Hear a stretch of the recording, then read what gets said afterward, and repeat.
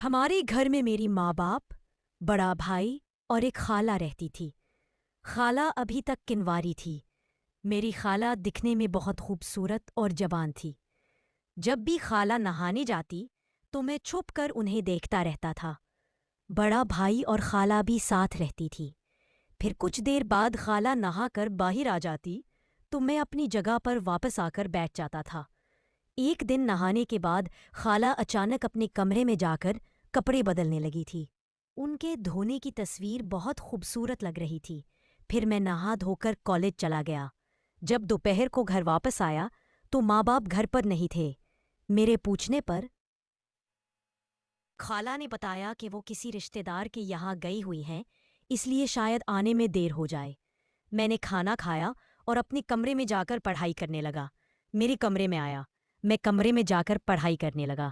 میں نے خالہ سے کہا کہ کچھ ایسا بنا دو جو اچھا لگے، تو خالہ بنانے لگی۔ اس کے بعد میں باہر کھیلنے چلا گیا۔ شام کو تقریباً 5 بجے میں گھر واپس آیا تو خالہ نے کھانا تیار کر رکھا تھا۔ خالہ نے کہا، کھانا کھا لو۔ میں نے کہا نہیں، آج میں اور آپ ساتھ مل کر کھائیں گے۔ تب خالہ نے کہا کہ میں تو نہانے کے بعد کھاؤں گی۔ میں نے کہا ٹھیک ہے، آپ نہا دھو کر آ جانا، چلو پھر کھانا کھاتے ہیں۔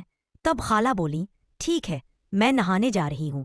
اب خالہ نہانے چلی گئی اور نہا کر باہر آ رہی تھی تو میں وہاں سے ہٹ گیا۔ خالہ اپنے کمرے میں چلی گئیں۔ پھر خالہ نے پوچھا تم نے کھانا کھا لیا؟ میں نے کہا نہیں، ہم مل کر کھائیں گے، کیا آپ برا نہیں منائیں گی؟ تب خالہ نے آنکھیں مٹکائیں اور پوچھا کس طرح کا؟ میں نے ہاتھ اٹھایا اور شراب پینے کا اشارہ کیا۔ ہم دونوں نے چپ کر جام اٹھائے۔ خالہ اسے پیتے ہی بولی یہ تو بہت کڑوی ہے یار، پتہ نہیں لوگ اسے کیسے پیتے ہیں۔ میں نے کہا خالہ اس سے بڑی خوشی محسوس ہوتی ہے۔ میں نے خالہ کسی نے زبردستی شراب پلا دی۔ پھر ہم دونوں باتیں کرنے لگے۔ میں نے خالہ سے پوچھا شادی کب کر رہی ہو؟ اب تو تم بھی ہو گئی ہو اور آن کتنی خوبصورت ہے۔ خالہ بولی تمہیں کیسے پتا کہ میں بڑی ہو گئی ہوں؟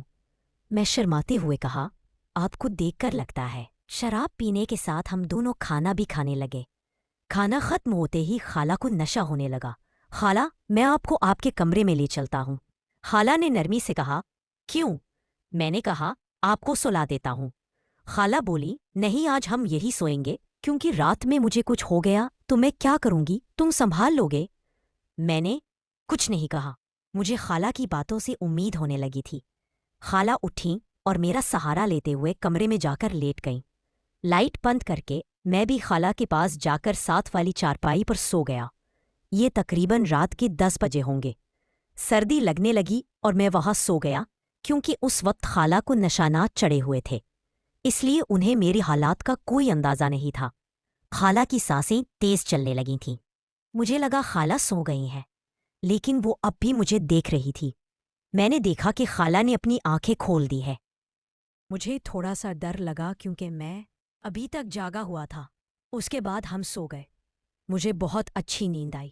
میری خالہ اور میرے درمیان کافی فاصلہ تھا کہ اگر خالہ سے دوبارہ کل کے بارے میں کہوں گا تو وہ مجھے کرکٹ کھیلنا سکھا دے گی۔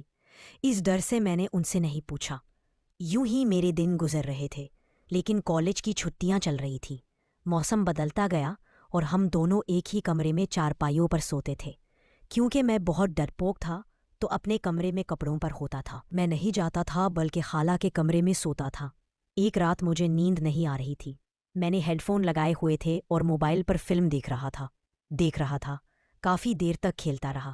کھیلنے میں اتنا زیادہ مگن ہو چکا تھا کہ مجھے کچھ سنائی نہیں دے رہا تھا۔ تب اچانک خالہ پانی پینے کے لیے اٹھی اور اس نے مجھے ہاتھوں سے پکڑ لیا۔ اس وقت وہ بہت زیادہ غصے میں لد رہی تھی۔ اس نے مجھ سے کہا تم کیا کر رہے ہو؟ ابھی رک جاؤ، تمہاری ماں کو بتاتی ہوں۔ میں نے خالہ سے بہت درخواست کی کہ وہ گھر میں کسی کو نہ بتائے، پھر خالہ مان گئی۔